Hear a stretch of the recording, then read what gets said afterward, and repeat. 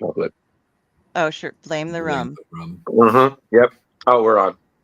Oh, yeah.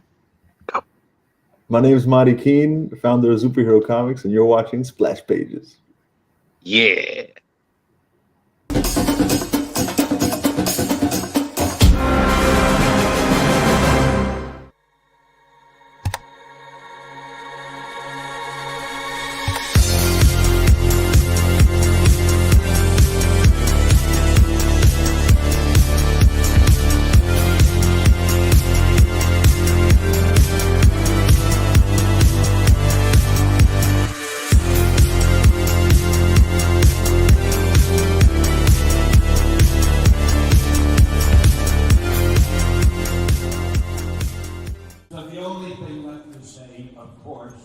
Is the one obvious thing.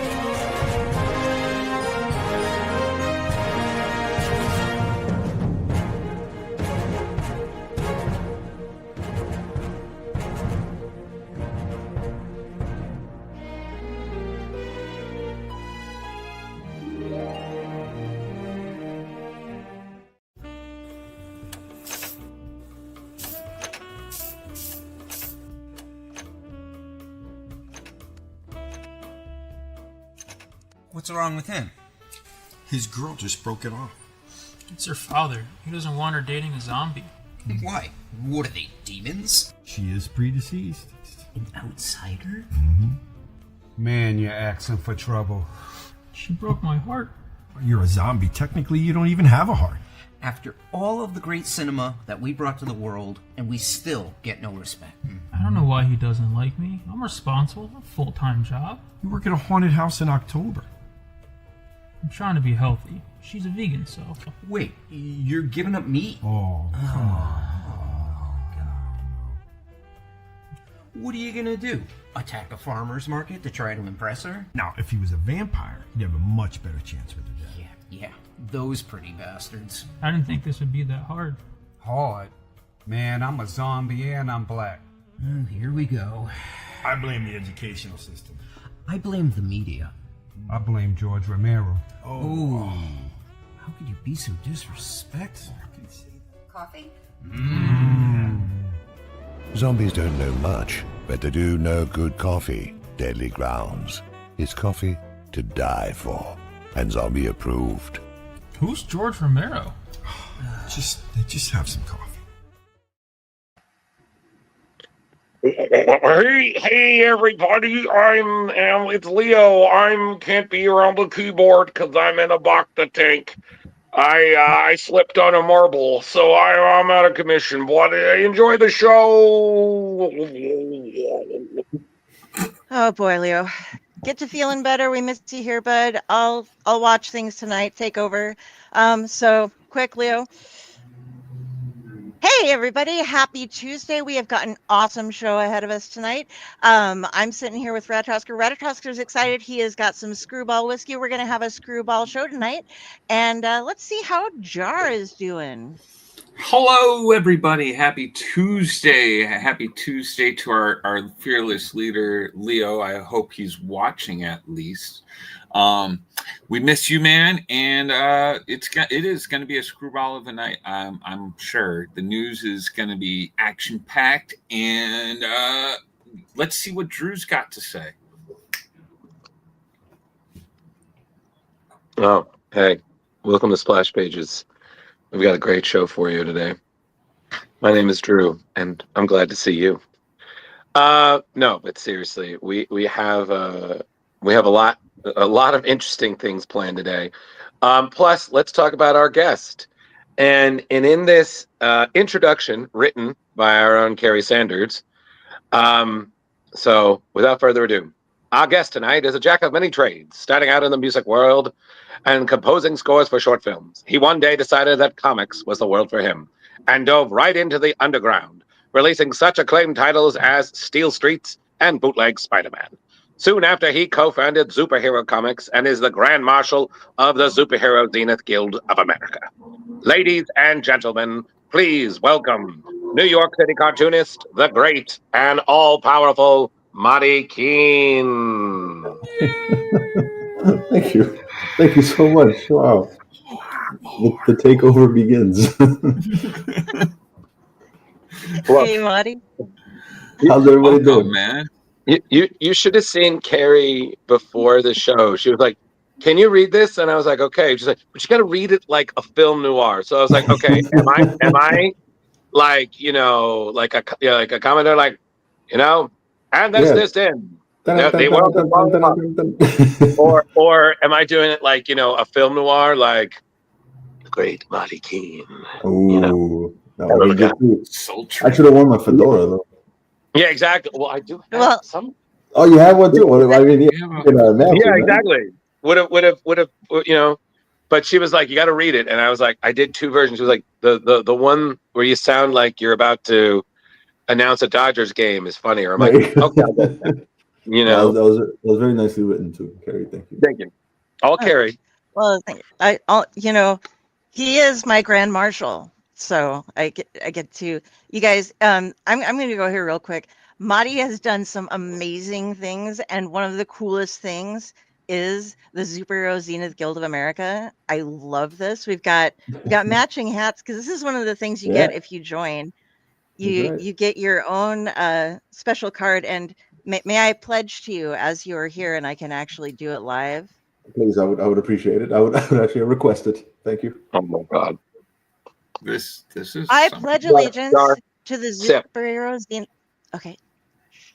I pledge allegiance to the Superhero Zenith and vow till the day I die to read these wondrous tales of fantastical adventure and intrigue.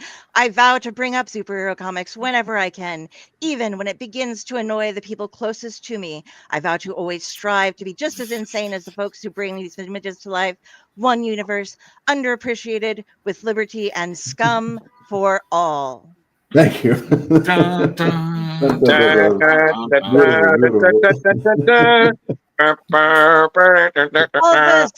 and bags man, and letters and stickers and you get everything. notepads, and I'd show off all the stickers. I already did that when I showed off before, but you get your own military parade right now, Mahdi. This is great.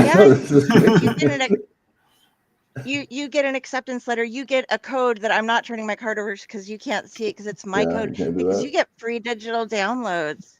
But you get free sticker sheets. I have shown these off before, but I'm doing it again because you're here. Kari, cool. You are the biggest fan of here. We got it.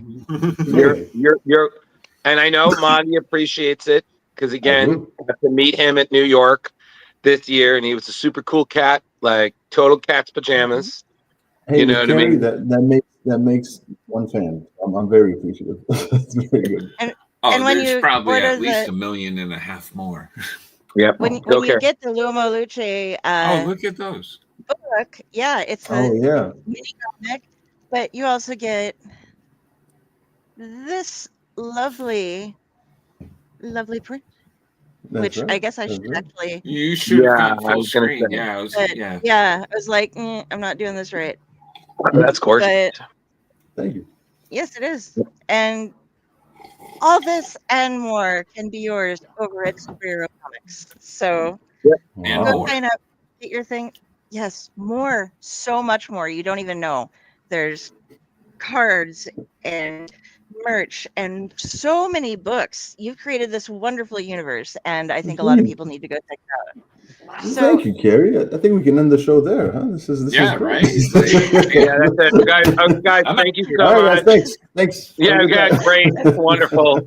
Like highlight of the night. We keep going. It's all downhill from here, buddy. Sorry. Hey, Jeff.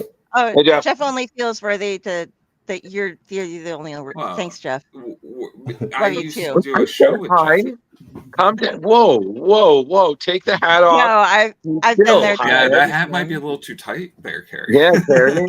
Oh, boy. Wow. Well, you think you're a superhero now, huh? Just because you got a hat. Hey, she's a card carrying member. Hey, you gotta watch right. out. I'm sorry. For one of us, you come for all of us. Whoa. You know, whoa. Yeah, Calm down. Hold on, Lois. This is not my Batman mug. But no. Do it. But thank you. But no, Mahdi, I got to meet you at New York. It was totally amazing. Thank you so much. It was. How do I say this? I was like, if I could have switched place with Kari, I would have, because I know she would have just. Kari and Jar, you've seen this at cons. Kari is the unique fan appreciation, because it's not. Jar, how did I put it? It's not fandom. It's bribery. Yeah. Bribery. Hey, I have actually here. I don't know if you can see, Kari, the eyeglasses, the X-ray vision glasses that you gave me. I put them on my drawing board is over there, and I look at it. Kari gave me these wonderful little gifts. Where's my hands? There you go. And I keep them right on the wall. Yeah. So your fandom is appreciated. Oh my God, you're right. I remember that. Well, she's been raving about like having you on, just like, you guys, you got to read these. These are so good. This is like the pinnacle superhero weird. And normally we I don't want to say we tune Kari out, but we're like, we'll put that in. Well, Kari reads so much, it's really kind of hard to keep up with her. Yeah.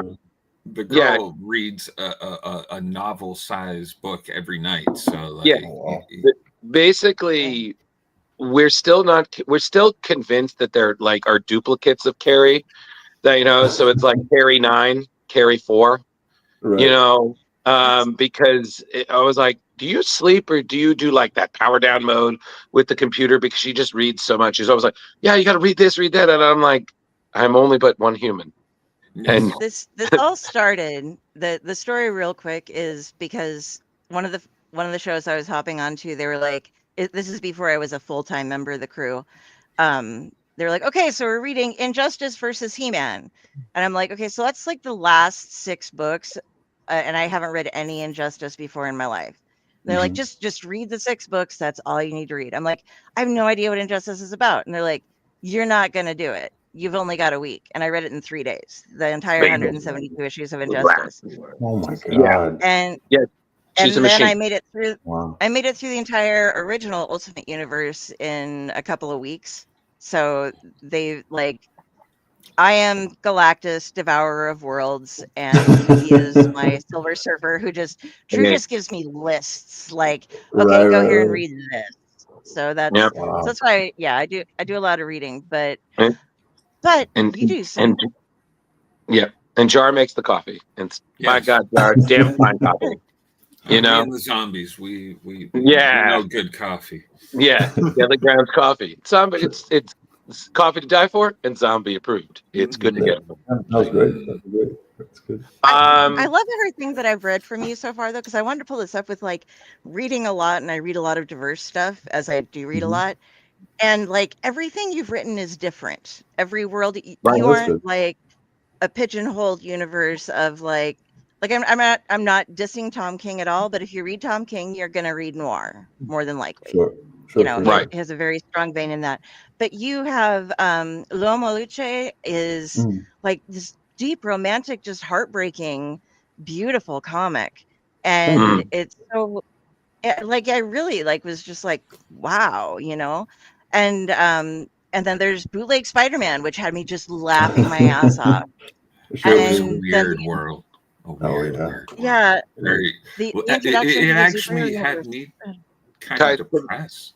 Guys, could we maybe start with one project at a time, and then let's go everywhere. We'll talk about each one. I was just gonna say, like, each thing you go through, it's like this entirely different universe to hop into, and different characters that you aren't doing any specific thing. And I know that you like to try everything because you can, but absolutely, yeah. So before we get to it, so I'm curious because I'm very big on origins. So how did your interest in comics, evolve into a career with comics, Mahdi? Come from? Well, well, I grew up reading comics. I grew up reading a combo of like American comic books, but also European bande dessinées, like the comics from there, Lucky Luke, Asterix and Obelix, and all these things. And so I kind of grew up with that. And but then, honestly, when I started to get into my preteens and teen years, the reading of the comics kind of fell by the wayside, and I picked up music. And then I was like, 14 years old with a guitar trying to be Bob Dylan.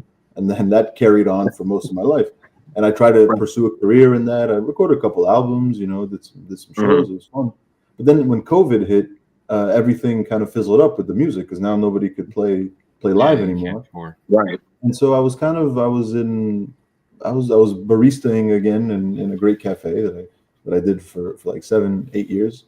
And I was thinking to myself, oh my God, if I got no music, what am I going to do? So I just started thinking, and then serendipitously, randomly, one night, I decided to make my own superhero, and I wanted to do the antithesis of a superhero, so I called him Zuperhero. And then that was, and I just started, and I fell in love with comic books and this medium and the story, because I realized that for me, the thing with music was the storytelling aspect of it. That's what I liked about it. So comic books filled that need.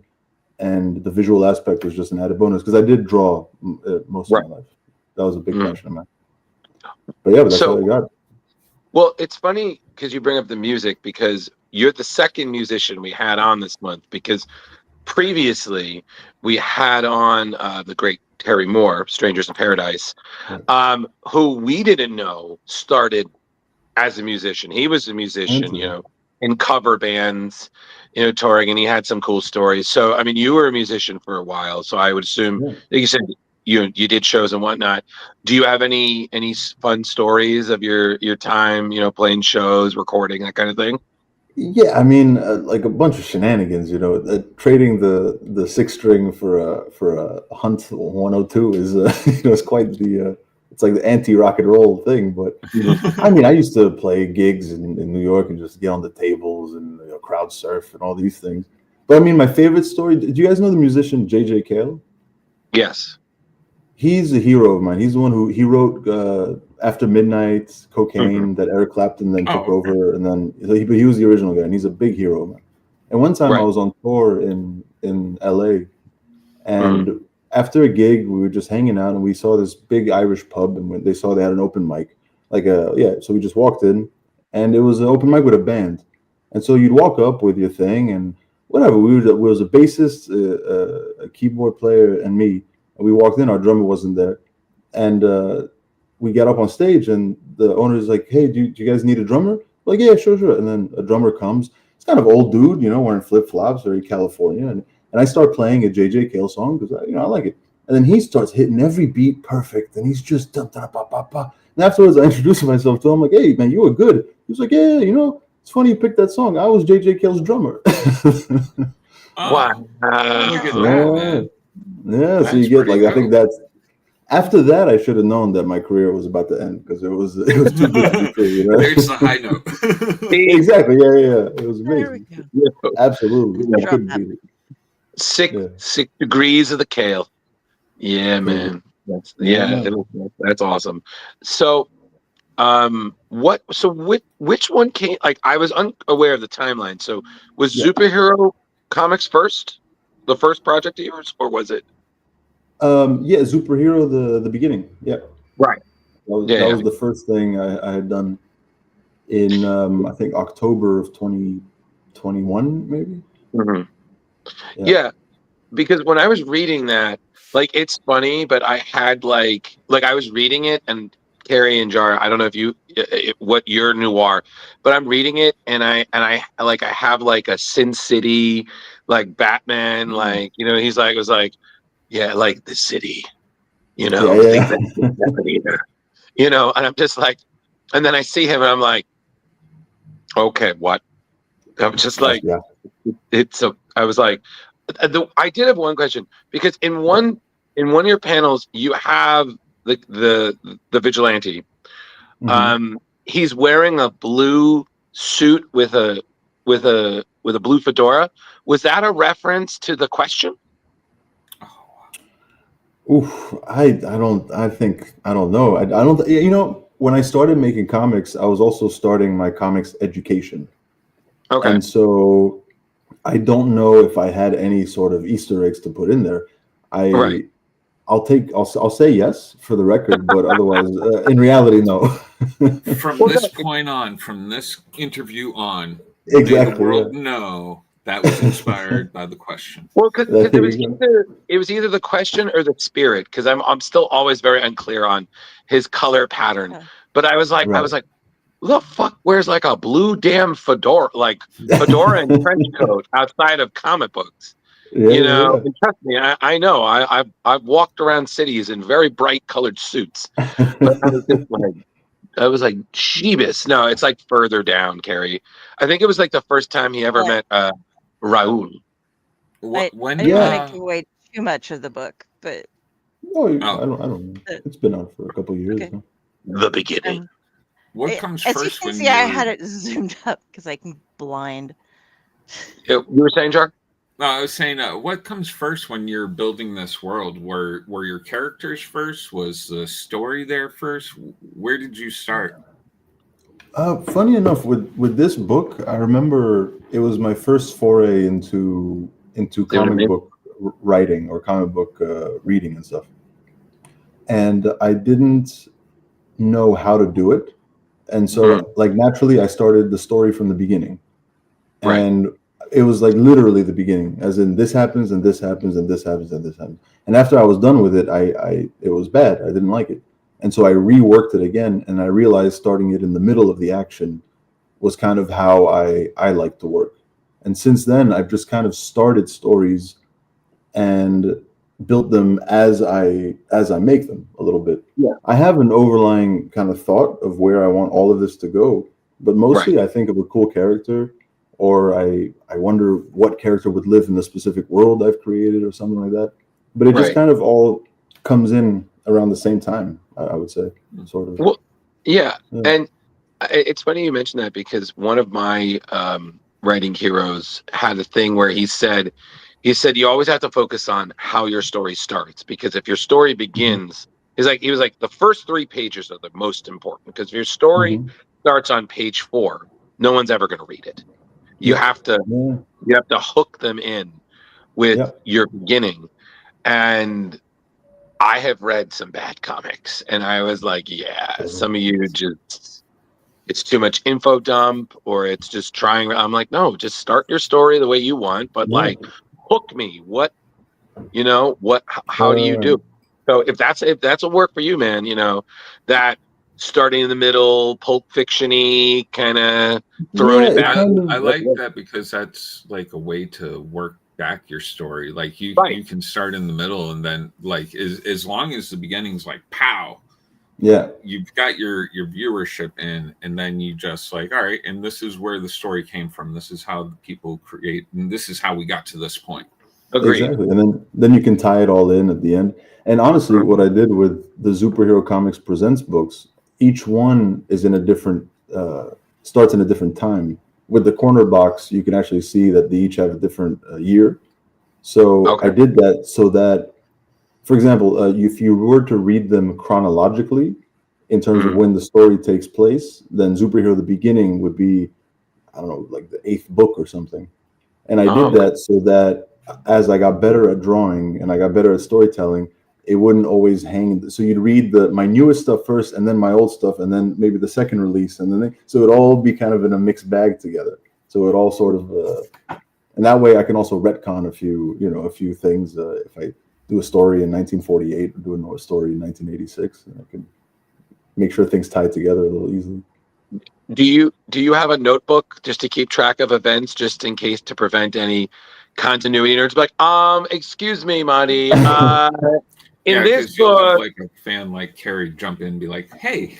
Yeah, exactly. I have actually a big piece of paper that I have the whole timeline written out. That's And every time I do an issue, I put it on. I make sure it's all that I fold it in, put it in the drawer. yeah. I it's always so funny how everybody approaches it. Like, I knew somebody who was a writer, and I was like, "How do you do it?" He said, "I write my ending first." And he said, "Why?" Because it's so much easier to begin a story than it is to end it.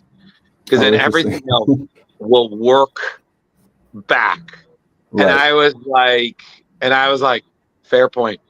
It is a lot better to sometimes know how it ends.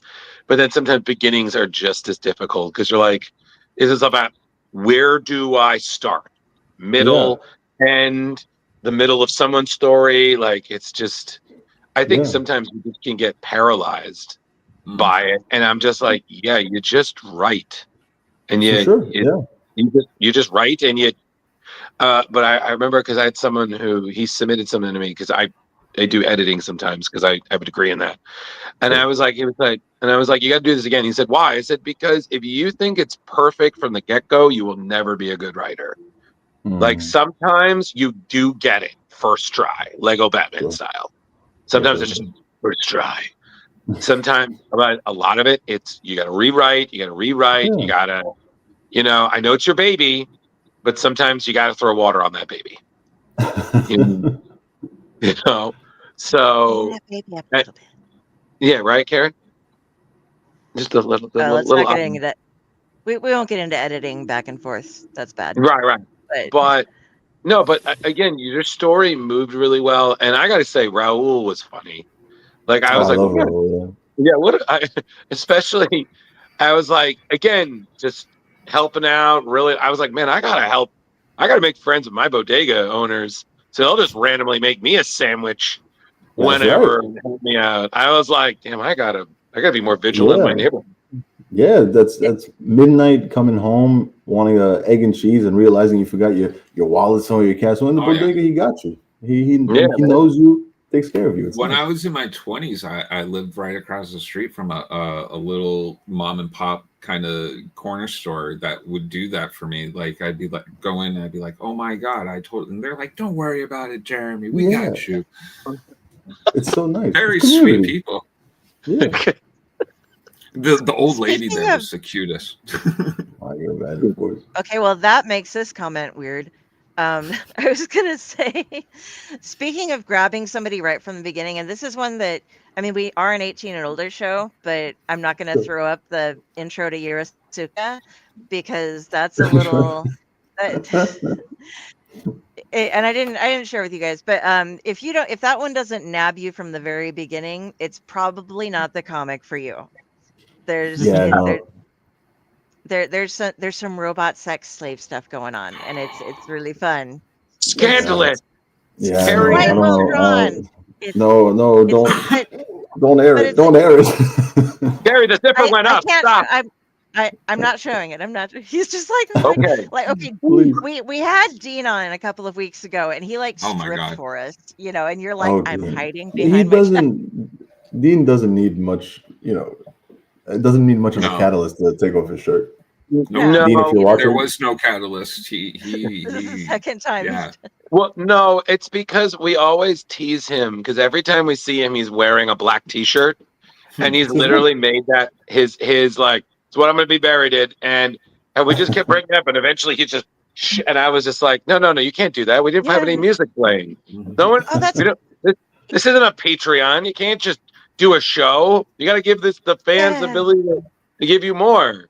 Come on. Yeah, the first time we were joking about ringtones, because I have a personalized ringtone for Drew. He's like, well, what would mine be? And I'd be like, the song for the dump that has the don't give me, and don't forget to give me back my black T-shirt, because he always wears a black T-shirt. And then he was just like, we're like, okay. Yep. Classic Bruno. He found, exactly. He found his style. He sticks with it. He's easy to draw because of that. He's always the same. It's good. It was a has BL or has be don't. and he did as he did. So, well, moving on to the next subject, bootleg Spider-Man. So I need to tell you, where did that come from? Yes, I have to ask questions because your story is something that has always terrified me as a horror movie fan, because I have, and Kari knows this, I have a bit of arachnophobia. So, oh no way! Ooh, I'm so sorry. No. It wasn't. It was no. Like in real life, it's weird. If it's fantasy-esque, I'm like, oh, okay, that's a little weird. But in real life, like when Spider-Man would turn into like Man Spider in the the comics or I'm like, nope, this is my nightmare. No, God no. So seeing what happened to Peter, I was like, oh no. Poor fella. Yeah. How were you even able to do this? I'm so confused. I'm like, he took Spider-Man, and I mean, you gave credit to everybody, but I was just like, how did he get that? Well, I mean, what you mean in terms of what, like legality and stuff? Yeah.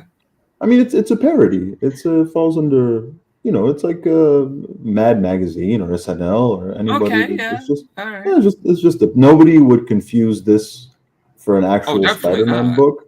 I mean, so it's fine. There's if you first introduced Spider-Man to somebody with this, that would be funny. Yeah, no, for sure. Yeah. Didn't you initially sell this like brown bagged, like the old bootleg I stuff did. was? Yeah, so this comic I was at Baltimore Comic-Con, and I was just on a Spider-Man kick because I love Spider-Man. And I was talking to my table mate and my neighbor, and I was like, oh man, I'd love to do a Spider-Man comic book, and I was just drawing stuff. Then I posted it online, and then somebody just said, just do it. And I was like, okay, that sounds fun. Yeah, why not? I could just do my own Spider-Man comic. And I did this in a week in between projects of Steel Streets because I was just having a great time. Wow. And I was posting it online. Then it got the attention of Jim Rugg, who said he wanted one. And so at that point, when Jim Rugg says he wants a comic, you must oblige. Right. You must oblige him. And so that was great. And then it got popular because it was on Cartoonist Kayfabe and everything. But it just came about. I was just having a fun time. I was sending pages to my brother, making him laugh, and I was just doing kind of opposites. You know what I mean? Like Peter Parker, he's a handsome fellow with a heart of gold. Now he's not, the web gun exactly. Mary Jane is a supermodel. Now she's I thought the joke would get old, but I'm in the second issue and I'm like reading the joke again, and I just cracked me up. It's just a fucking web gun. It's a real gun. No, Jar. You have to realize it will make Mahdi's day if he ever gets held up by a Spider-Man with a web gun. It will. Oh God. It'll be the last day. No. At a convention. And sure. At a convention, yeah. At a convention, not like in real life. No, because I would love that. It's like no. What is it? It's a web gun. It's a gun. Yeah. With the webbing. I would just be like, I was like, oh God. But it's just, beyond my, me trying to actually be a serious storyteller, I think I'm just a dude having a good time. You know what I mean? Hell yeah. Just having fun, just jokes upon jokes. I especially because again, the relationship between Spider-Man and Mary Jane takes a very long turn. Again, I'm not going to spoil anything because I want this. Well, because you have to wrap it up at the end. Remember we were talking about story. Yeah, kind of intended. God,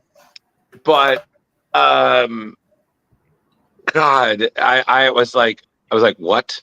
And then how you explained it, I was like, wow, that is real love there.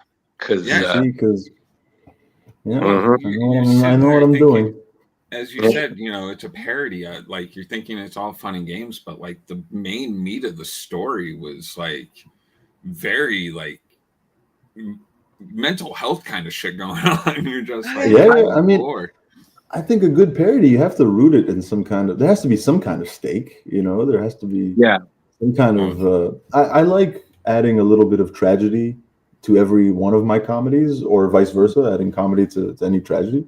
I think it makes for a nice, a nice little sprinkle, little spice to a story. You know what I mean? Absolutely. I need to state that you made Drew like he was trying to talk because he had so much to say about it, but he just kind of was speechless and yet just gave us all of his vocalized pauses about your book. He was trying to say something, and that's very rare that you can get Right. Drew Well, to be kind of I'm speechless. honored. I'm honored. Well, you guys will definitely like the. I finished up my last parody that I'm going to do is the bootleg Batman. Oh God! Yeah, I thought we were done after issue 2 of Spidey. Okay. It Well, makes sense. this is officially the last one. The last one. That's it's all. What do you what is that drawn on? Because that's looks really nice. It's a Bristol board, but of course, because I'm a purist, when it comes to the whole superhero thing, and so each one of my boards are blue lined Zuperhero Comics official. Wow, that is so cool. Pages. Thank you. Yeah. So we're gonna see. I think the most. Let's just say I'm gonna wrap it all together. Okay, because I was gonna ask. I was like, "Are you not a fan of Batman?" Because I read the second issue and I had questions because I'm just reading this, and I'm like, I'm like, I feel like he is a fan because only a fan would rip on Batman as hard as you're doing. But again, like again, it didn't feel like to me because we've seen. And I'm only going to touch on this briefly because, again, we'd really try to stay straight from this stuff. Like, we've seen Batman in many different forms, but especially lately, it's been a little controversy because there's been versions of Batman that have been linked to the political situations of the world, which it's just crazy. But yours, let's just again, your Batman is quite realistic. If I saw him at Comic-Con, I'd be like, okay, hey guy. Maybe a little few Doritos. Let me a little few Doritos there, okay, Bruce. I think my characters can easily be cosplayed, no matter where you go. This is like, easy. Yes. I mean, like somebody who's like, well, shit, I can pull on a Batman outfit and, or I can be the biggest MJ in the world. There you go. You got it. Right. It's all good. I'm not looked down upon. That is something I appreciate about you. Don't have these like super unrealistic, like if they're exaggerated, they're obviously exaggerated to the point of it being an absurdist thing. It's not like like, oh, everything must be perfect. And every single woman has like a 15-inch waist and, the image characters, the image women. Right? Yeah. Yes. Anorexic hourglass. Yeah. No, I mean but, the women in my stories, like in Steel Streets, Francine Franzoni. She's an Italian American girl from the '80s that fights ninjas, and so I'd imagine she'd be a little more. She breaks her nose and everything. It's like it's a real fight. You can't do that with I've never seen a Guy Zero do that. Yeah, right. I also need to say, having read I will never make the case of mistaking Norman Osborn ever, because I was like, oh boy. I loved how that was just swept over. He's like, killed well, it was addressed, and then it was, but we're doing something else right now. So it's like, all right, I'm going to make this right by doing what I was originally going to do, with stopping Norman once and for all. Yeah. There you go. It's absurd. It's absurd. Yeah. It's great. Great hardcore, just the epitome of like, oh. Moving on. Okay. Well, yeah, I mean, just in bed reading the paper. No, but Bootleg Spider-Man was a fun, like a career jump. Being on cartoonist kayfabe and everything, and then getting to know all these people. It was very very cool. Very thankful for was there? I'm sorry. Was there anything that you wanted to put in that ended up on the cutting room floor with Bootleg Spider-Man? There was like, oh, I would love to do this, but it just didn't fit the story. Honestly, no. I every page was yeah. It was a very tight little story, and anything I wanted to do afterwards, I just did in the second one. You know, because in the first one it was a very self-contained thing, and the second one was maybe a year later. I did that, and then I just went to just another extreme just to kind of find it. But I don't know. Did you kickstart these as well, or was this just self-published? Self-published. No, I haven't. I haven't actually done a Kickstarter before. It's yeah, it's all been kind of sustaining with Zuperhero Comics. Amazing, fantastic. Yeah, no, it's been nice. It gets the business model has worked where it kind of the print runs, yeah, the math adds. So it's okay. Well, it's all good. That was the first Oh, I'm sorry. Go ahead, Kari. No, you go. I was just going to ask if anybody's come along and been like, "Hey, man, I want to join up with you and like let's do this." Yeah, I do get some really nice emails sometimes, like people asking to want to ink and color for Zuperhero Comics and stuff, which I'm honored. It's super nice. I'm really flattered to get that, but I always have to tell them we're not hiring right now. Yeah. Well, you never know, because maybe Zuperhero Comics can go from a Zooptiverse to a. Hold on, I had this just now. Multiverse. Zultiversity. A multiverse. Wow. I know. See, it took me a second. I was like, "Does this work?" I'm like, I'm not the creative one. He is. He'll make it work.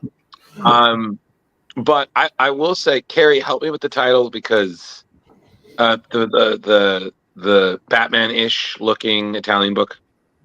Oh, The Light Man, L'Uomo Luce. Thank you. The beautiful title book. I mean, that style was fantastic. I mean, even if you didn't understand what it was saying, like I swear I felt like I was back in the opera watching, I'm glad you said that. It's a very operatic kind of story, and well, I don't know if you guys know, it's actually the format and the aesthetic and the treatment is a direct homage to the fumetti, the Italian comic books of the 70s. So before in Italy, they would publish these little pocket books as comics that people would just buy and put in their back pocket and just on the commuter train and everything. And it created this sort of culture of erotica comics that were in that format. And when I discovered those books, that's what instigated me to start doing the Light Man, because I wanted to do my own Italian comic. Because my goal is actually to go to Italy at some point and just sneak one of them in to a stack of them and then just leave. There you go. That's the trick.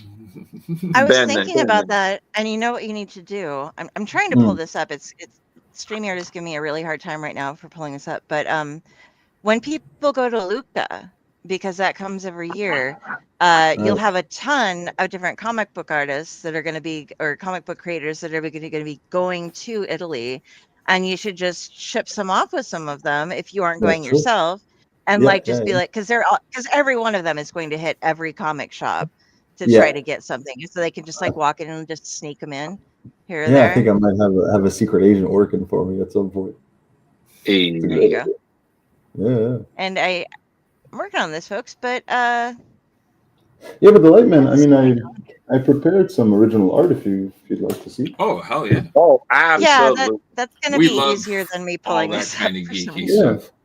So I worked on two different sizes for the Light Man. This is the painted cover nice. that I did for that. And I wanted to work very large for the first couple pages, and then I took a little break from it, and then I actually ended up working this size, which was about, I don't know, 1.5 times smaller.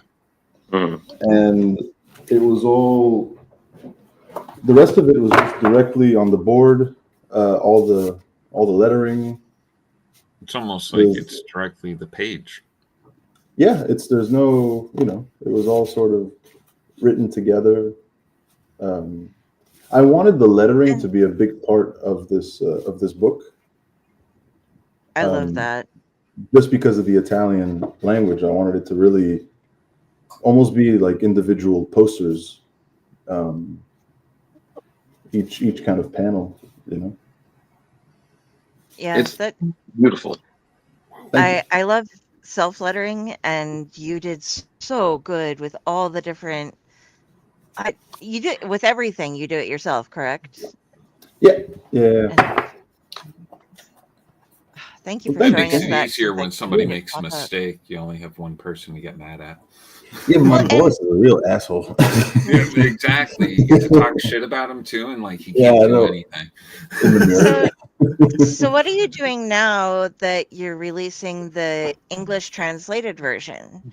Are you Yes. going back to each of those and just like covering over, like putting them on, highlighting and redoing it, or Yeah, I'm actually. are we doing it on? Yeah, I'll show you guys a little bit because the uh, the lettering is so integrated into the. I'm trying to find the actual different pages into the artwork that is actually a bigger feat than I thought to translate the thing. Because, for example, this is the original art where he says "No me habrá mai" and then the thing, and then with the translated version, it's just going to be on my iPad. I had to just kind of redraw the thing almost. Can you guys see that? Amazing. Yeah. Yeah. Like that? Is that better? Yeah. But it makes, it's got to be a lot more difficult because, like, English, it's different lengths of words and stuff. It changes everything. It does, yeah. So I've ended up having to. I mean, I've gotten a taste of kind of what the, like, you know, Fantagraphics and stuff. When they translate a book, you take for granted how seamless the transition is. And now that I'm doing it on my side, I'm realizing that I have to actually edit the artwork. I have to go in, erase some things, redraw portions in the same style in the background, retone. And I'm also doing a thing where I'm adding some color, some spot color to the English version. So it's a whole different process. So that's what I'm going to be releasing in December. Yeah. And pre-orders are up now, folks. So They are, yeah. go there, get you some. Yeah, I'm going to have 2 books in And December. yeah, and please, Kari. No, you'll get a CCGA member. Please. Coming up in December, you can also pre-order if you go over to Zuperherocomics.com, which we have linked above and below, side to side, depending on where you're at. The bootleg Batman is being released as the last bootleg comic because there is so much to be observed in the Zuperhero Comics verse. As we've said, he's everywhere with this. But if you want to get your bootleg Batman or your your Lightman, which is the English translation, on top of everything from Zuperhero Comics, you should go there now and pre-order like I did because it's amazing. When you get to hold it in your hands and you're looking through, and the page quality, you have great paper quality. Everything is great. I'm not just building you up because you're on our show. Like I've talked about stuff before where I've gotten something and I've been like, the paper quality is kind of crap, when I've gotten something. But I'm like, no, this is like, shout out to Fireball really Printing. I use a printer called Fireball Printing out in Philadelphia. Also a small business, indie folks, and they do amazing work every time. There hasn't been one book where I've been disappointed with the quality that they do. I was going to ask you if, like, because a lot of people do their printing up in Canada and stuff, so that's interesting. Yeah. No, I found them.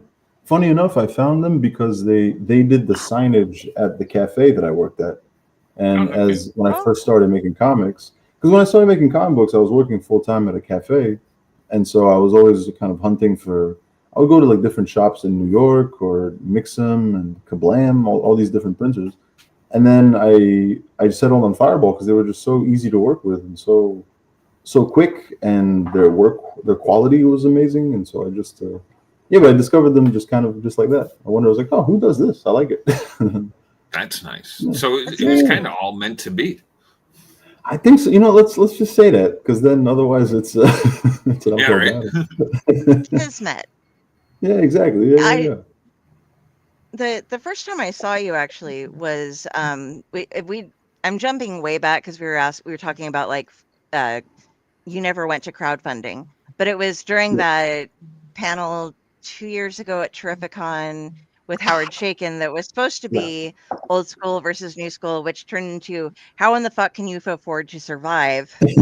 And like I've determined that you, Howard, and Dean are just like the New York through, the Brooklyn through, whatever. Even though it doesn't matter where you live, you're just like you three are tied together somehow, like just cosmically.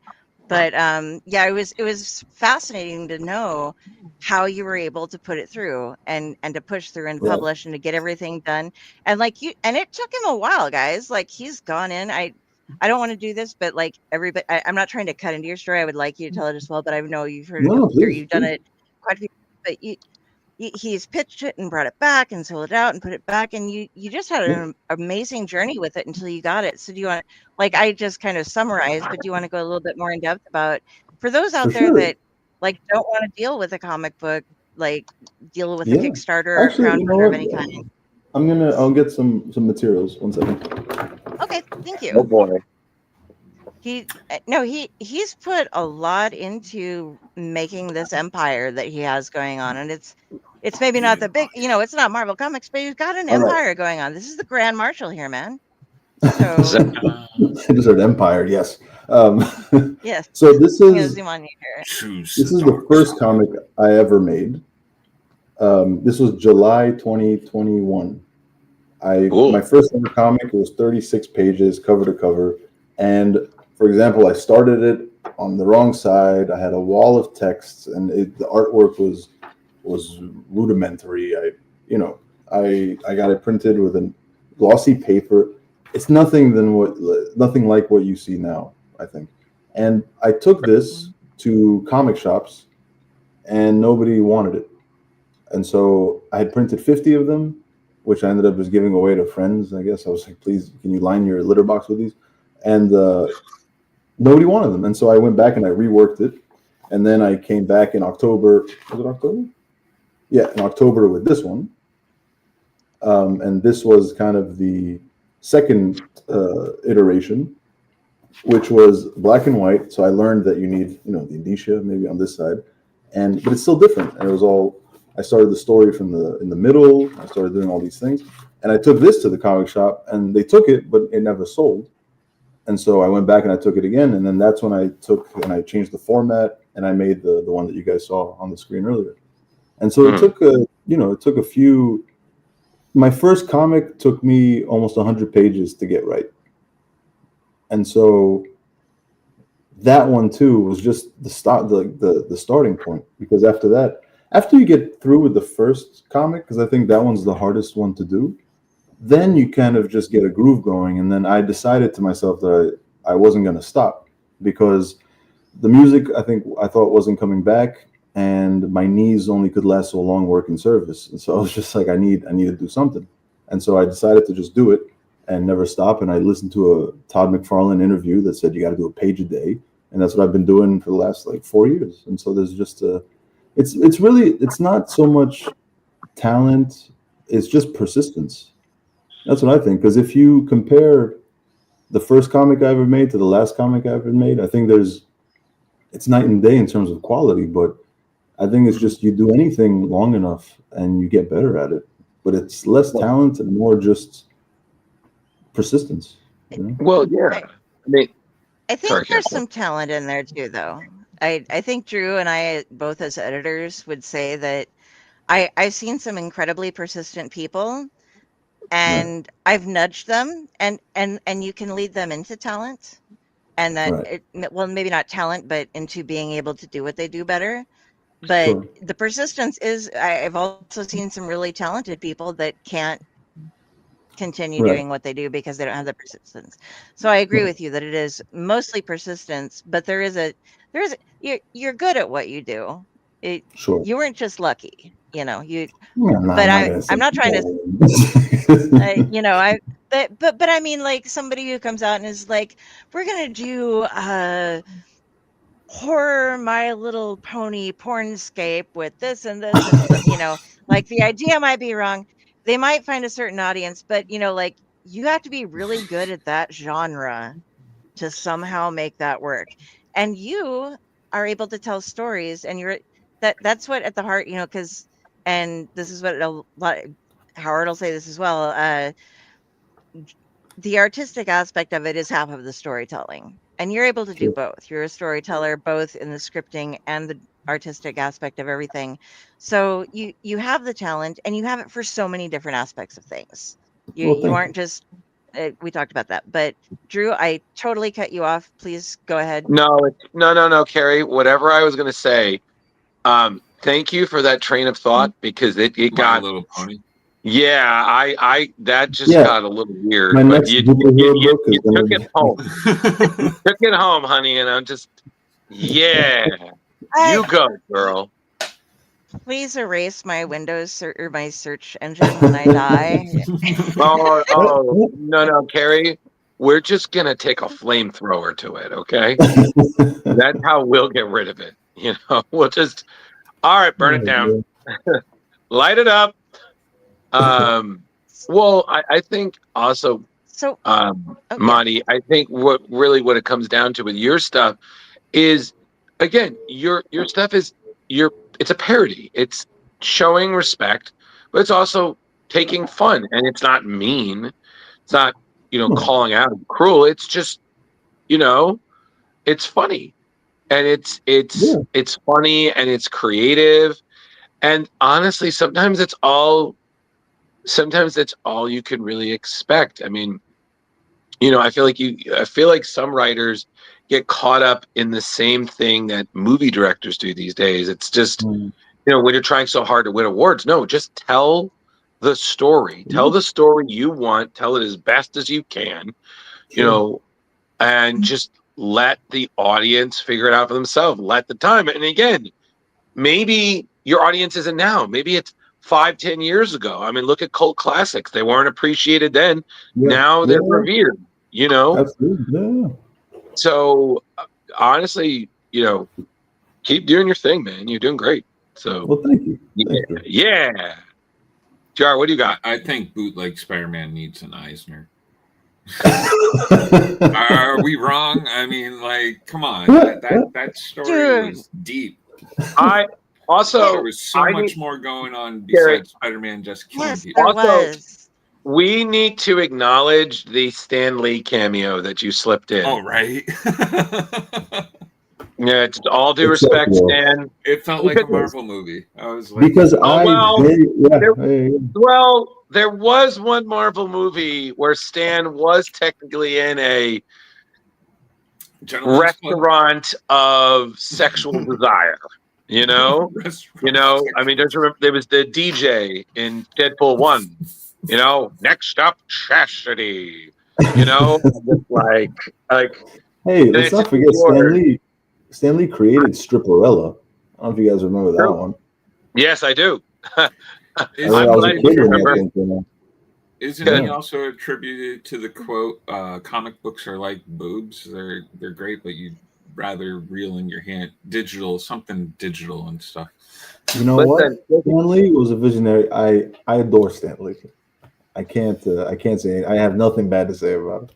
No, I think the thing that I enjoyed is that you had, again, you have to buy Bootleg Spider-Man 1 and 2 to see what we're talking about.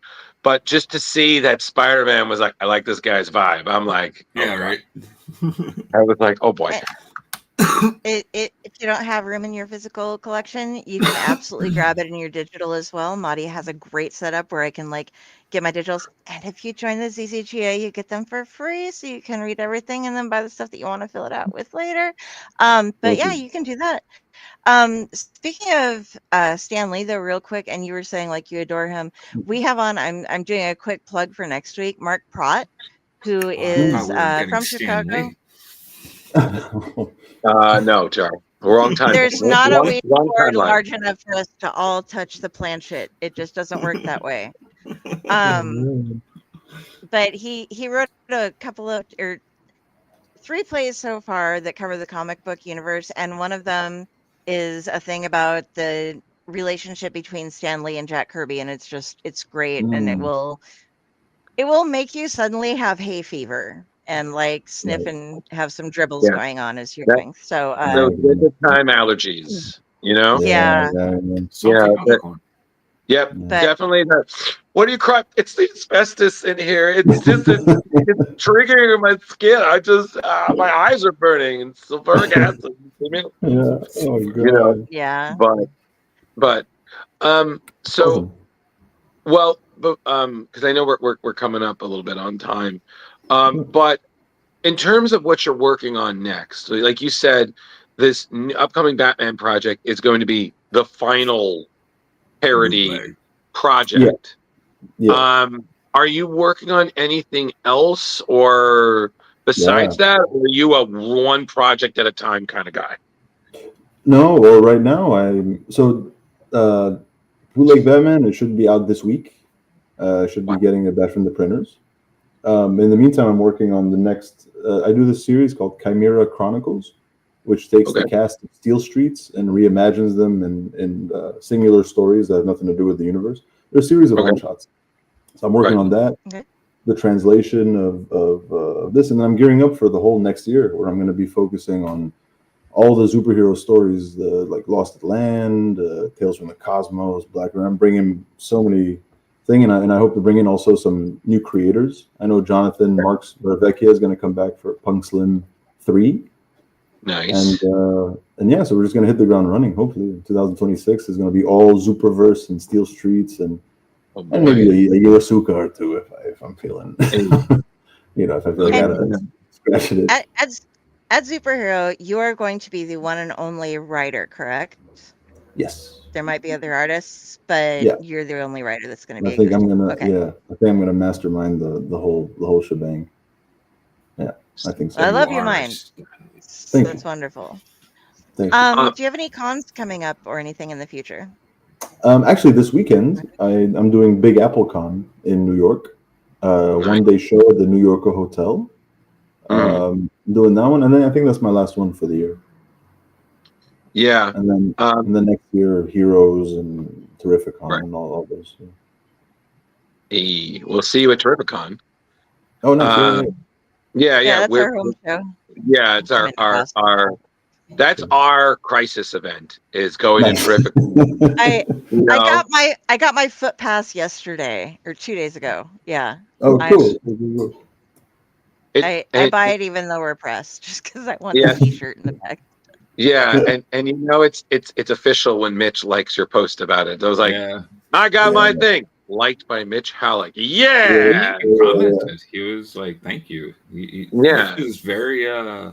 If you talk about his show he's very grateful to everybody. Yeah. Well, yeah, he's good people. He is. Yeah. So, and this year we're actually going to interview you there. Please, give me a chance. Yeah, let's do it. I think we need to do a lot more indie stuff this year. Yeah, I'll tell you, the indies are the way I'm starting to see it is that the indies are kind of the future of comics. Not to not to say that I'm it was a pivotal moment for me was recently when I made this big sign. Kind of spoof on the Marvel Comics sold here sign with Wolverine. Right. And, I saw that. You put it in. Did you see that? Yeah. Yeah, exactly. Yeah. And Forbidden Planet, we did a skit where I took away the Marvel sign and put on the superhero sign. Yeah. So I don't know. It makes me think the indies are kind of, there's something bubbling here, Well, I think what it is that you're just seeing a rise. I mean, again, it's like I feel like working for the big two is like the American dream of comics.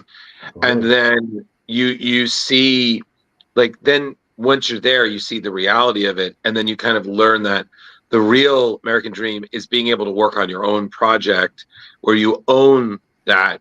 So you're responsible for the success, yours for the growth.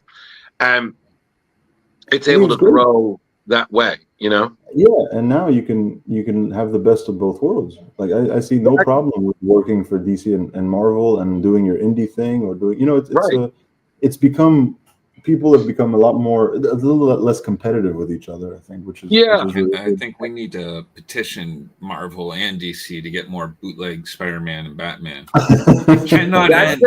That's the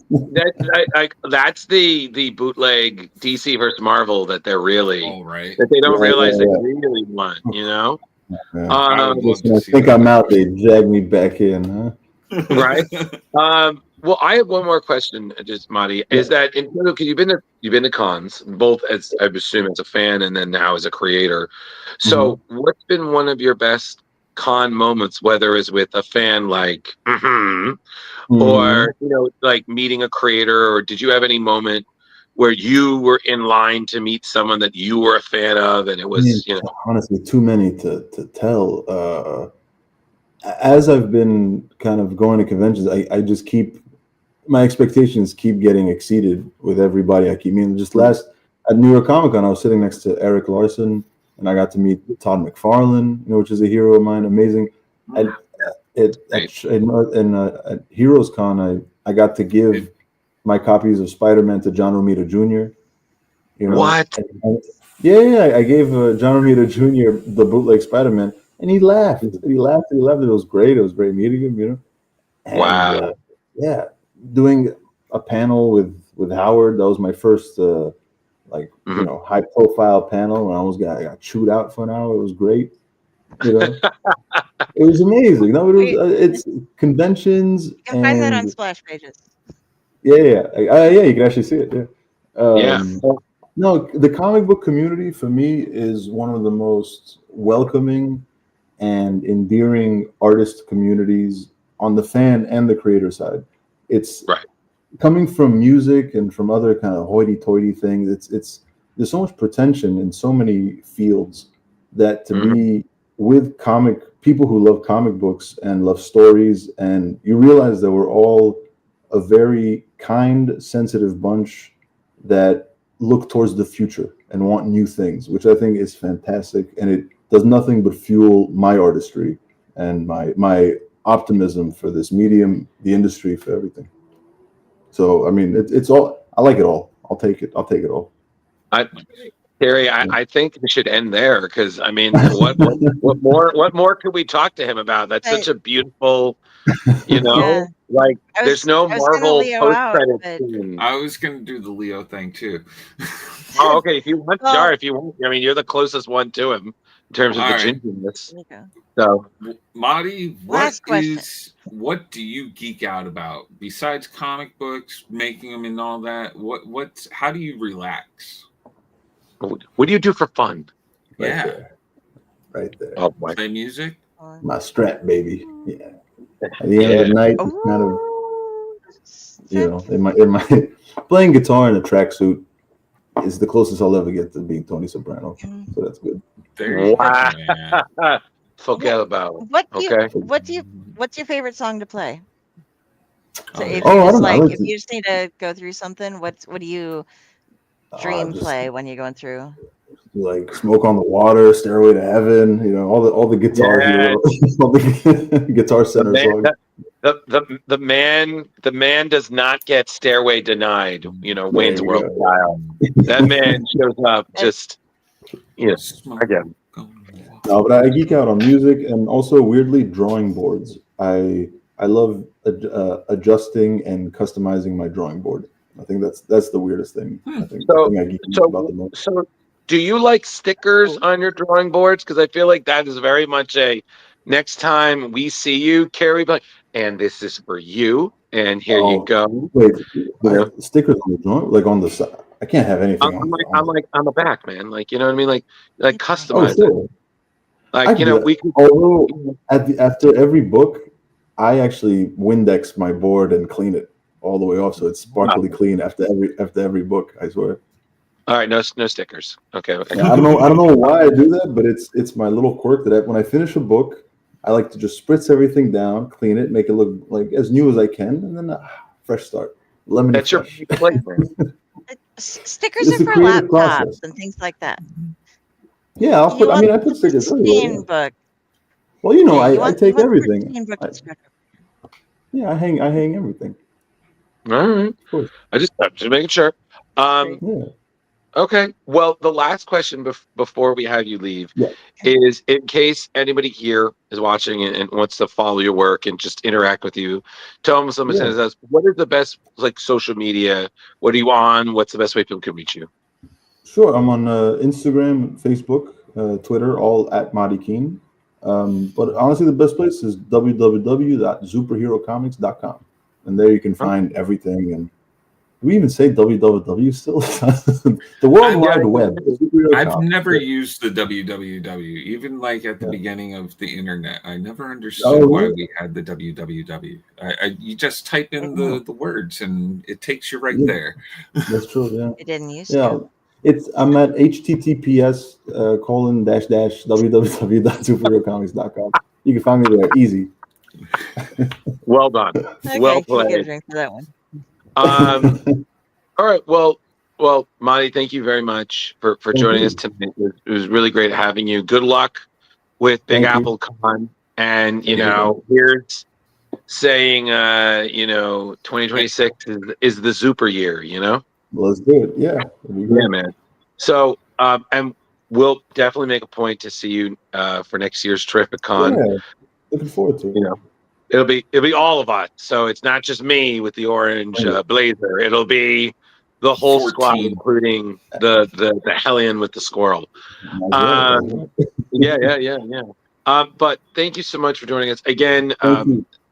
Kari, did you want to go over the StreamYard again thing, or?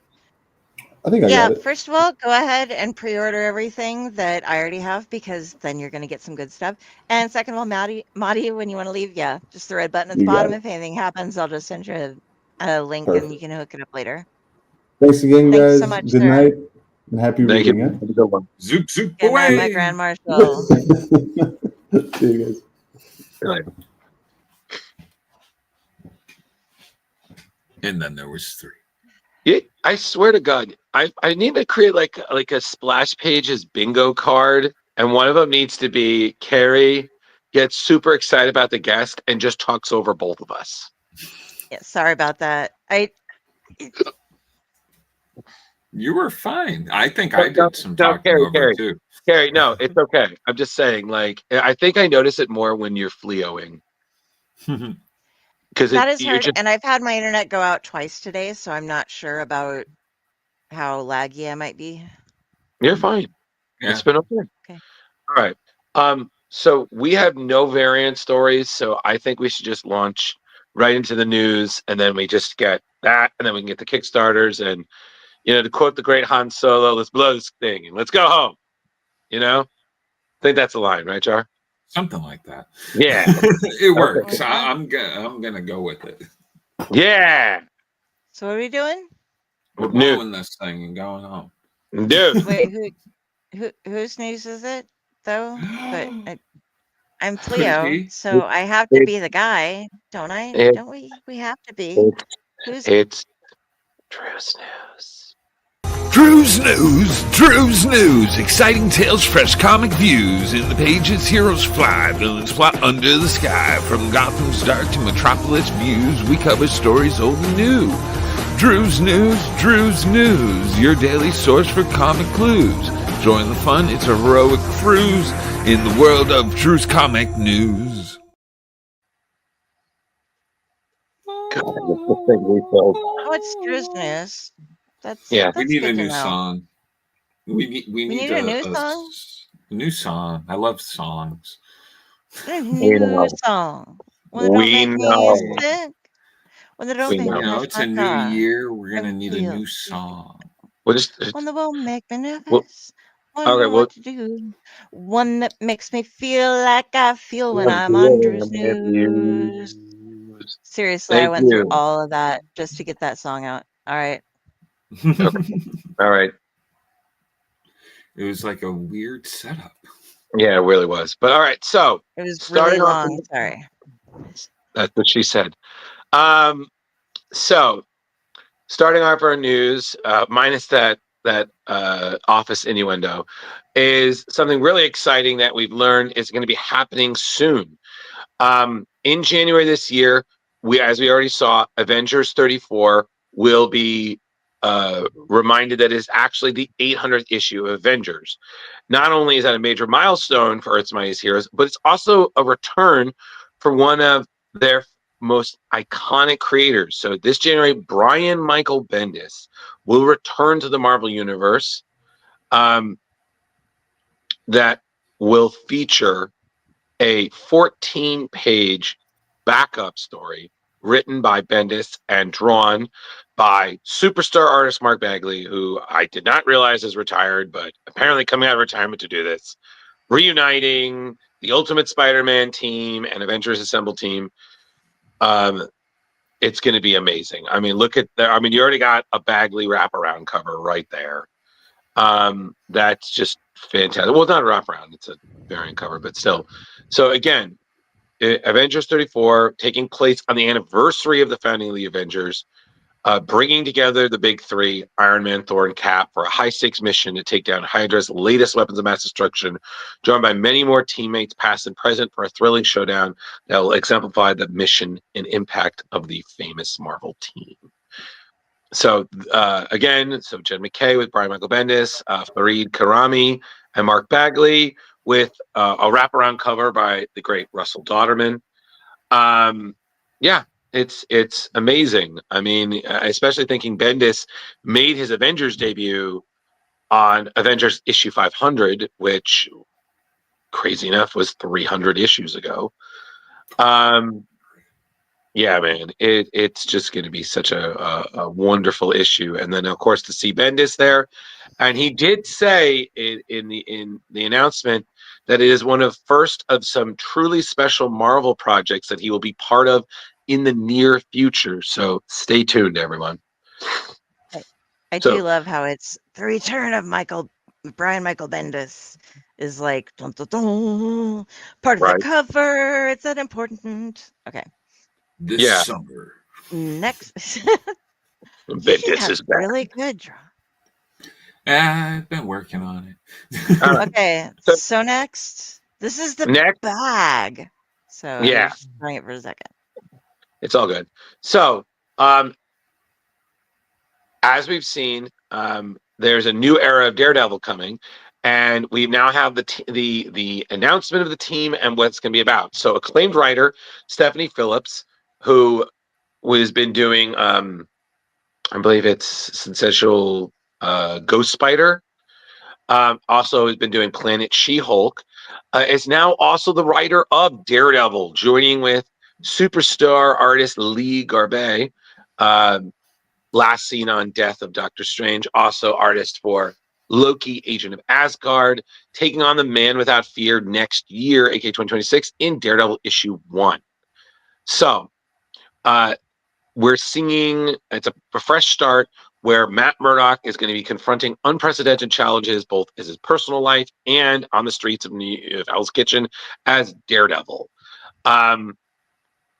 Where we'll see Matt go back to school, taking on a new role as a law professor, just as a new supervillain named Omen appears with a furious vendetta. So the synopsis of this book reads, Hell's Kitchen is full of secrets, but no secret stays buried for long. As a fearsome new villain called the Omen has targeted Matt Murdock, it will be his alter ego Daredevil who takes the hits. But this mysterious new player isn't all they appear. A secret Daredevil will have to learn quickly as he scrambles to settle into a life and status quo as we have never seen him before. So Phillips is just raving about her collaborator, Lee Garbett, bringing such style and emotion to every page. And Garbett is the same kind of thing. He said they came into the project together, just a genuine love of the character and a clear vision, and just has nothing but excitement for the fresh ideas and big surprises along the way. So also what's excited is that Daredevil 1 will be the second Marvel title sold in what is called a True Believers blind bag, which we've seen going to be debuting next month with Ultimate Endgame. So the blind bag allows fans the chance to, in specially sealed bags like seen there, it contains any of the issue's covers, which also include rare variant covers, hand-drawn Ultra One kind of sketch covers. So it's just total craziness. But I mean, honestly, all these covers alone, they just look beautiful. And like I said, I cannot be any more excited for this new stage, especially since I don't know. I mean, I feel lately Stephanie Phillips is just killing it in Marvel. I mean, she was doing Phoenix for quite a bit. She's doing Planet She-Hulk with Aaron Cooter, and that's great. She's doing great on Ghost Spider, and then just craziness. And Total Horror Distillery was amazing as well. So on Mhm. Time, or no, Pros and Cons. I get things. No, that was Time with pros and cons. I mean, and Kari, you're also flipping through some of these. Yeah, and some of they them, only had 4 available, but there's a laundry I know. list of covers that were Like done. the first one is the Lee Garbett, right, and which looks beautifully noir. And then the next one, I'm trying to guess on that. It looks very familiar. I think that might be. I think that might be a Daniel Warren Johnson. I didn't write them up this time, so I'm not sure. Maybe either the him or Rose Besh. Rose Besh is who it was. Yeah. Okay, I so was like, I think it's Besh. Yeah, that's Rose Bash. Okay. And then this is whoever that signature belongs to. That might be Dan. I think that's Dan Panasian. Either that. Is it Panasian? I always pronounced it Panosian. I had his name stuck in my head the other day, and I was singing a song. I also think it's Panosian. But I know, I glad I can't remember the song. All right, but I know the other one, Kari. That's Joe Quesada. That I know. Yeah, like come on. But they have like a laundry list. There's Ryan Stegman, Gabriel Delato, Alex Maleev, Pablo Villalobos, Daniel Warren Johnson, Greg Land, and Sal Buscema. And then there's a bunch of other covers. Did they say who was doing the probably the main artist probably would have the sketch variant? No, the Virgin variant, the sketch ones, you got Dan Panasian, then you got Daniel Warren Johnson, and then there's a Marvel Rivals variant by Natisse Games, and then apparently there are rare blind bag exclusive variants by Surprise Contributor.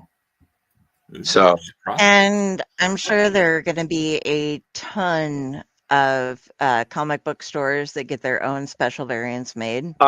Because by the way, we were all wrong. The second variant, the darker one that we thought was Dan. No, Rose Bash was right. It's Daniel Warren Johnson. So, yeah. Okay. So, we'll hop back there real quick. Yeah. So Lee Garbett, Rose Besh, Daniel Warren Johnson, Joe Quesada. Does this one to me, like maybe it's just the color thing and the way the fists are a little garbled up, but it gave me a tiny bit of Hellboy vibes. Like, yeah, a little bit. Like I said, it might just be the color scheme because that's kind of. I mean, I know Daredevil is red as well, but it's a different red. You know what I mean? Yeah. And then, all right. Now time for Drew's last story in the Marvel moment. Yes. Thank you. Right. So this following, we've seen that right now there's crossover chaos. You know, Marvel's already sold out Deadpool, Batman. Correct me if I'm wrong. I think it's on the 3rd printing, which will be dropping in December, which is crazy. And then, of course, we're all enthusiastically waiting for Batman Deadpool with Grant Morrison and Dan Mora. Marvel and DC are like, we're going to give you more crossover adventures. So these are all available on Marvel Unlimited as a digital comics. You have Thor, Shazam, and then also Flash and Fantastic Four. So we're going to go through each one briefly. And if you really like what you see, you can check them out. They're available online and at Marvel Unlimited. So this one is written by Al Ewing and drawn by Jethro Morales. So the synopsis is: the might of Thor, the power of Shazam, Marvel and DC bring the thunder to Infinity Comics in a never-before-seen adventure. When a familiar face threatens to usurp the magic of the Marvel and DC universes, will Donald Blake and Billy Batson recover their powers in time to stop them? So the art is by Jethro Morales, and right there you have a cover by Martin Colocolo, and then that's already available on Marvel Unlimited. And there's also Flash Fantastic Four, which is written by the great Jeremy Adams and drawn by Adrian Gutierrez, which is available now on DC Universe Infinite. So for that, the Fantastic Four are coming back to the Baxter Building after a mission on Saturn when they are surprised to find Gorilla Grodd scaling the building, with the Flash hot on his tail. Grodd is after Reed Richards' mental amplifier tech and, using the Flash as his mind-controlled ally, tries to break into the FF headquarters to steal whatever he can get his grubby little paws on, taking both teams on an adventure through time and space. So, just to let you know, celebrating this, Marvel and DC are both offering each of their subscribers in the US an exclusive code for a 30-day free trial to each other's subscription service, Marvel Unlimited and DC Infinite. Oh, that's very nice. So, yeah. So those who are the paid Marvel Unlimited subscribers who are not UI subscribers will be offered a trial to the DCUI Ultra monthly plan, and same deal.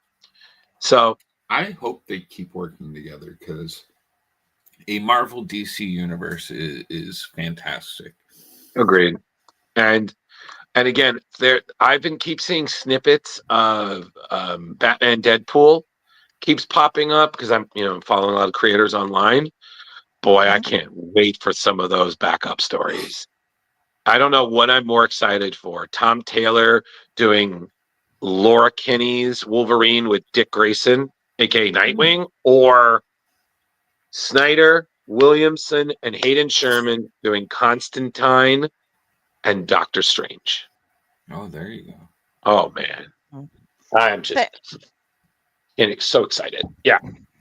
Okay, but if you get Constantine, and this is just a me and probably about 5,642 other people thing, is that if you have a really good Constantine crossover with something like that, you have to have the demon Etrigan as well involved, just because it makes it that much more fun. We will see. Okay. We faith in the creators. But yeah, that's everything I had for news. What, Jar, are you next? I believe I am. Jar is next. Dylan's here. Finally. Hey, buddy. Dylan, we missed you. Hey, bud. I was like, is he going to miss one of our shows? Apparently. Well, yeah. And just in time. This is my Zuperheroes hat. It's from our guest that was on earlier. You'll check out the interview a little bit back. Yes. Yeah. So Jar, what's up with Predators? Well, Marvel has announced Predator Bloodshed. It's a 5-issue limited series launching, I can't believe we're talking about February of next year already, but February 25th. Right. So it's coming from writer Jordan Morris, who also did Black, White, and Red, and artist Roland Boshi. It's set in the near future. The story follows a brutal underground martial arts tournament thrown into chaos when a predator unexpectedly enters the competition, forcing the world's toughest fighters to band together just to survive. Morse describes the series as a mashup of Predator carnage and classic kung fu movie energy, while Boshi promises fast, bone-crunching action and plenty of gore. This is positioned as Marvel's next big Predator event after Predator Badlands, which was a one-shot that came out right before the movie there. I cannot remember the prequel. Yep. Yes. And Black, White, and Blood. Bloodshed blend sci-fi, horror, and combat sports spectacle for a high-intensity new chapter in the French franchise. Issue 1 has Ken Lashey is credited for at least issue 1 for the cover. Not sure how many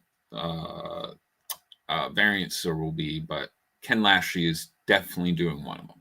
Oh yeah, I mean, and I believe that's it. Yes. Sorry, I was on another page. No, it's okay. But I mean, he did. I remember he did a bunch of covers for a lot of the Predator versus stuff. Like, I'm pretty sure he did the covers for Predator versus Black Panther, and maybe 1 or 2 for Predator versus Wolverine, which, as we've seen, is essentially concluding with Punisher Kills the Marvel Universe by Ben Percy and his collaborators right now. So, okay, well, very nice. Just when you think the Predator universe can't go any further, here we go. All right. Okay.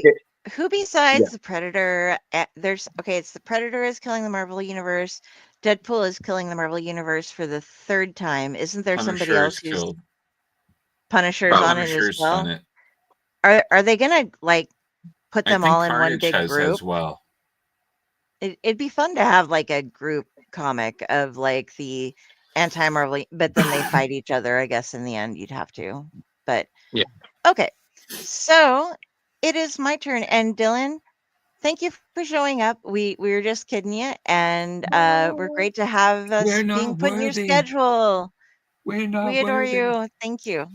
It's Mahdi Khene tonight, and he was awesome. So yeah, let me put this up. So it's my turn for the news. And okay, so Atlas Entertainment is currently working with Ghost Machine /Image Comics on developing a feature film for their series Redcoat. Redcoat is an historical fiction comic series featuring Simon Pure, a deserter from the British Army during the American Revolution.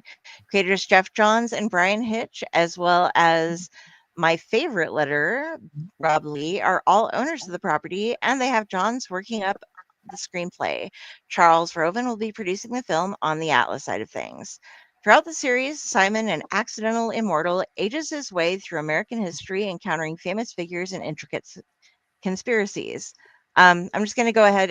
I couldn't deliver this pretty much better than they can. Image's official synopsis is as follows.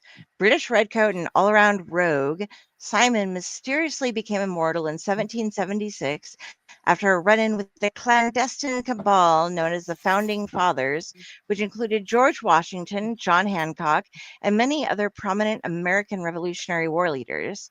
Since that fateful day, Simon has led a life of adventure and avarice, rubbing elbows and sometimes fists with many of history's most renowned figures, including his nemesis Benedict Arnold, Albert Einstein, Annie Oakley, and many more. One thing they all agree on, they never want to see him again.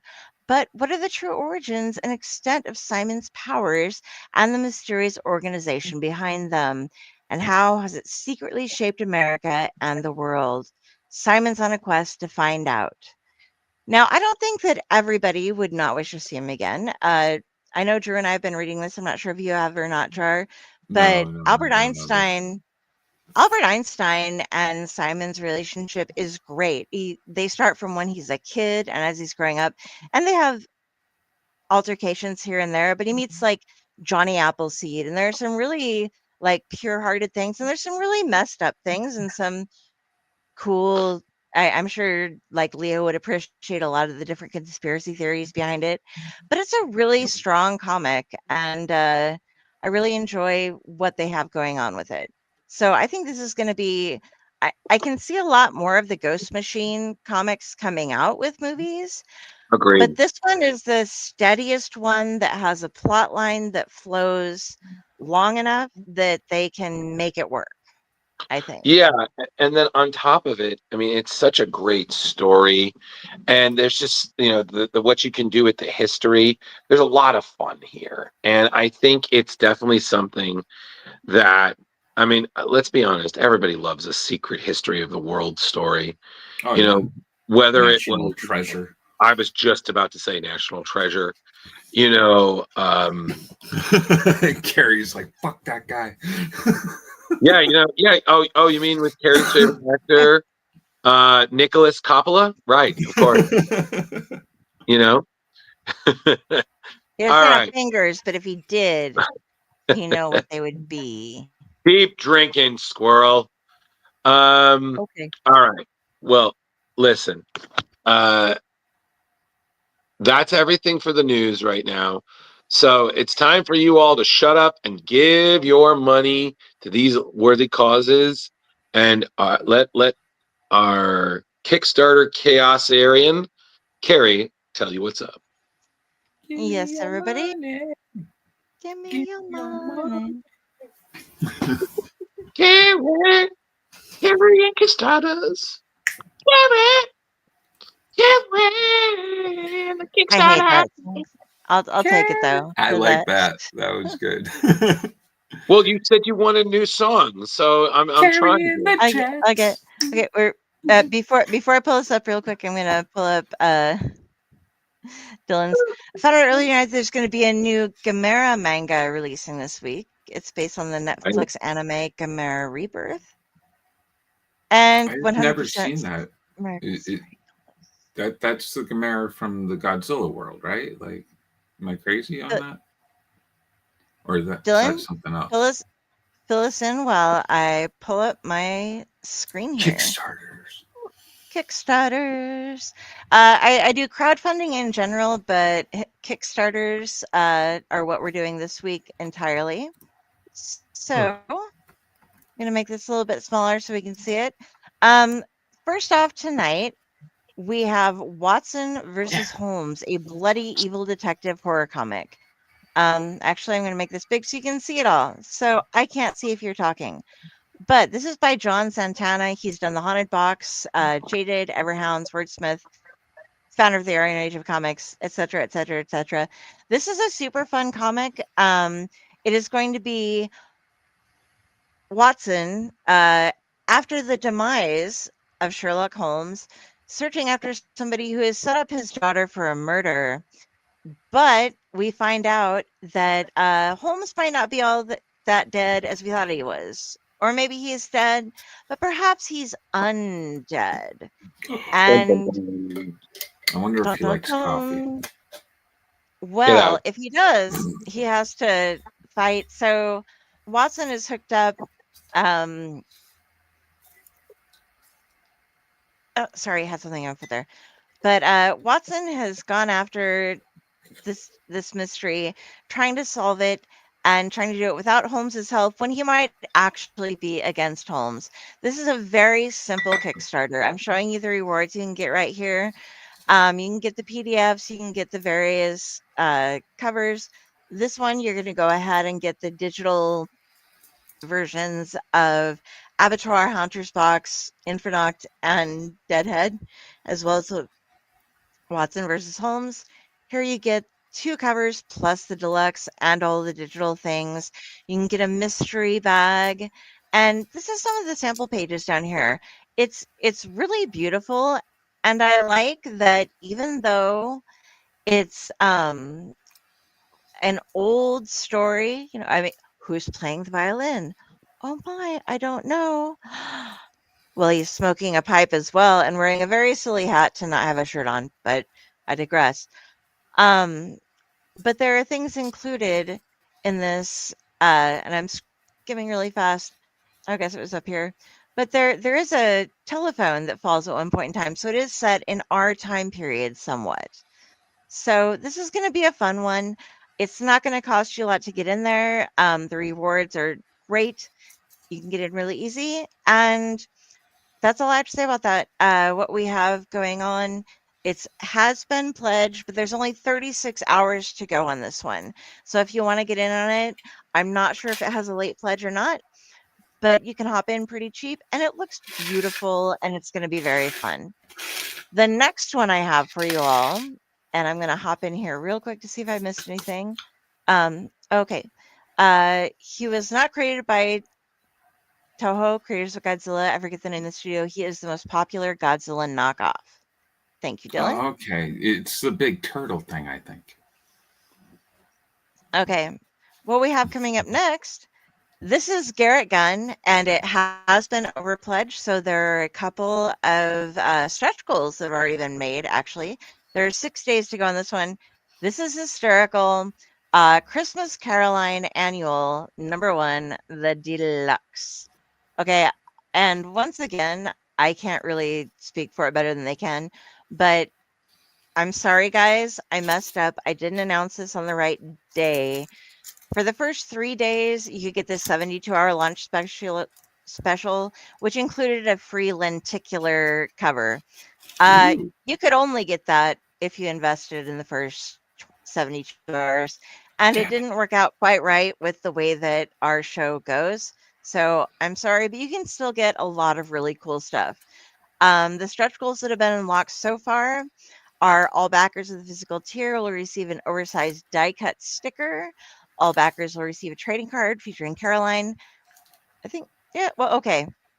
Maybe just all backers will receive the sticker, but the other ones that are left over are you'll receive the trading card and you'll receive a free surprise variant. Maybe you can get one in there of the Christmas Caroline ash can with the rewards. So Christmas Caroline is, like we know of Garrett Gunn, kind of fucked up, but super fun. I'm just going to read this to you because this is, once again, better than I could rewrite anything. When Caroline's brother Jack attempts to unionize the workshop, Santa makes a bloody example of him. Beaten to death in front of the other elves, old Saint Nick promises a similar fate to any that try and rise up against him. Now, stripped of her elvish powers and exiled to Midgard, Caroline will do whatever it takes to find those that betrayed her brother and hijack their powers so she can return to the North Pole. Her only objective, make that jolly old fuck pay for what he did to her brother. Kill him. So, you know, this reminds me that we haven't had him on the show in a while. I know. I talked to him tonight about this, and we'll grab him. It's definitely something on my list for pun intended. For 2026, because I was like, what? I was like, but yet again, it's Garrett, so I'm like, no, this tracks. Same guy gave you Warcorns. I have so many Warcorns, but those were all some pages from there. Let me go through. This is just fun. The amount of covers, and you can also basically he does very simple Kickstarters. You can get like various covers, and for the extra rewards, the add-ons and stuff, you can add on another one of something you didn't get. But these covers are great. You can also make a cover either metallic or I'm gonna have over here. You're coming with me. You can only get the lenticular variant on the one, but you can make it metal or foil based on what you decide. But these are the covers, and they just cover the spectrum of, do you want a little kind of anime-ish cover? Do you want, well, that's kind of sexy cover. Yeah, that girl's got some thighs. She doesn't necessarily look so much like somebody who'd be working for Santa in the workshop. But you know, the workshop's a strenuous place. Sometimes you gotta get picked back. Yeah. Sometimes things happen. Yeah. You have kind of the evil version going on here. Who does the art? It's very sexy. Oh, well, let me tell you. Who's the artist on the book? This is Kit Wallace. Okay. Oh, you want to know who the artist on the book? Oh, well, we'll get there in a second. Hold on. This is Dravakis. or Dravicus. I'm not sure. This is Mike DeBaffle. I can't speak. Ale Garza. This little kind of nasty one right here. Chris Williams. It's like laying out on the bearskin rug. Oh God, they're polar bears. Oh God, they were right outside our door. We were feeding them. They were our friends. They made us kill them to prove loyalty. And now we sleep on them at night. Or at least that's what I imagined it was. I have no idea if that was the real thing. Evil Santee here is Caleb 80. And here's Garrett Gunn with like the Wolverine going on. That's pretty sweet. Here's Shan Apple. Oh, look, another dead elf. We give him kisses. This is an exclusive foil stamped thank you variant that comes with orders of $149 or more. You cannot purchase it on your own. And these are people who like Violent Night or Krampus, Christmas Evil, Die Hard, yada, yada, yada. You were asking who illustrated. Kit Wallace is the illustrator, and Dave Lentz is the letterer. So go ahead, hop in. This looks like a super load of fun. I absolutely love, and I own pretty much everything that Garrett Gunn has put out since I discovered he was alive. So, yeah. And that wasn't too long ago. No, it like 2 years ago, and I was just like, I'm gonna get every one of these. He's alive. Okay, and Dylan replies to us, yes, a huge turtle. He's sick as fuck. Tubi has most of his movies for free. So there you go with regards to Gamera. But yeah, those are my go out and get them Kickstarters. Also, quick reminder, Terry Moore, who like we talked about the fact that he has all the how to draw books. He has a Kickstarter that is still up right now. Go ahead. I didn't pull it up because it's just go find the Terry Moore Kickstarter. We just had him on, but there's still time to pledge to it. If you want to, you're going to get a bunch of different, like how to draw expressions, how to draw women, how to draw this, how to draw that. It's a great collection. Go ahead. You still have time to get that if you missed out on it. And I have some more coming up next week. So we'll have a great time then. So yeah. Anybody else have anything to throw in the chat? Anything you want to talk about this week? Some cool comic that came out that we might have missed, or no? I don't got it. Nope. I think I'm good. I think we should just talk about who's coming on next week and maybe call it a day. Does that sound good with you, Jar? Sounds good. I got dogs that are barking that want to go out. Real dogs, actually. Real dogs. Right. Yeah, not my feet. My dog is barking. Drew, what do we have going on next week? Hello, everyone. Thank you so much for joining us. If this is your first time, please make sure you hit the like and subscribe button because we'd love to have you follow us for more shenanigans for the rest of 2025 and into 2026 because it's going to be a banner year. Next week, we have the great comic book playwright Mark Precht will be joining us. We're going to be talking about some of his work, what makes a comic book playwright tick, among other things, probably some news and Kickstarters as we round out November, which is crazy to say because I feel like this month, again, is flying by. But it means it's all even closer to the end of 2025 and the start of a new year. So this is the end. Yep. Go, Kari. All right. So it's over to me tonight because I am Leo. Actually, I'm not. This totally doesn't work. I can't be invisible either. I am Kari. If you want to find me, go look at Kari Sanders on Facebook because that's where my main base is because I'm fucking old. And all of my links are from there to here. I have a bunch of other different things, but I don't actually use any of them. So yeah, that's it. And quickly, Drew, do you know a man named Jim Lujan? You kind of look like him and kind of have the same sense of humor. No, but this is not the first time I've been told that I remind people of people or if I have clones. But okay. No clones. All right, Jar.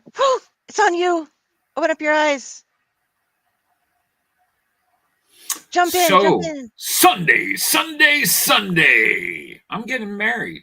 Yeah. I'm off the freaking market once again, ladies and gentlemen. But you haven't been on the market for a while. Well, yeah. Well, nobody really knew that. Oh, okay. Oh, you're making it Everybody was, with the government. not that anybody that was looking on the market was looking for this. KISSING getting MARRIED.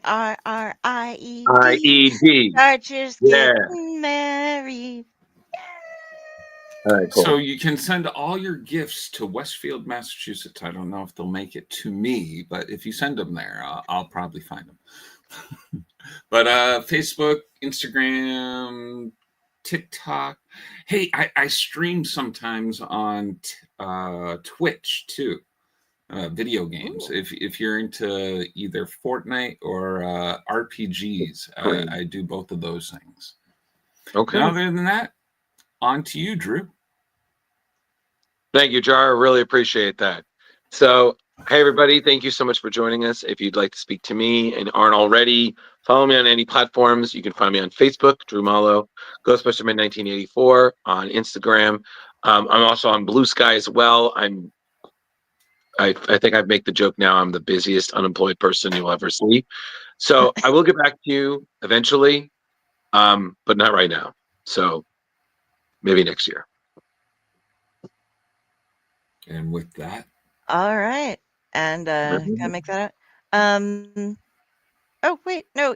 Okay, you wish you didn't miss the interview. You didn't. You can still see it on YouTube right after you're done here. It was very fun. We loved it. It was super fun. Yeah, it's okay. Good night. Thank you, Dylan. Dylan. Good Love night, you. everybody. See you next Love Tuesday, everybody. Dylan. Be good. That Take sounded care. mean. Have I fun. didn't mean it like that. We all know what you meant. It was very good-hearted because sure, End the your heart is pure enough to like End the pull cords show. and things. Oh, wait. Love y'all. Bye. Bye.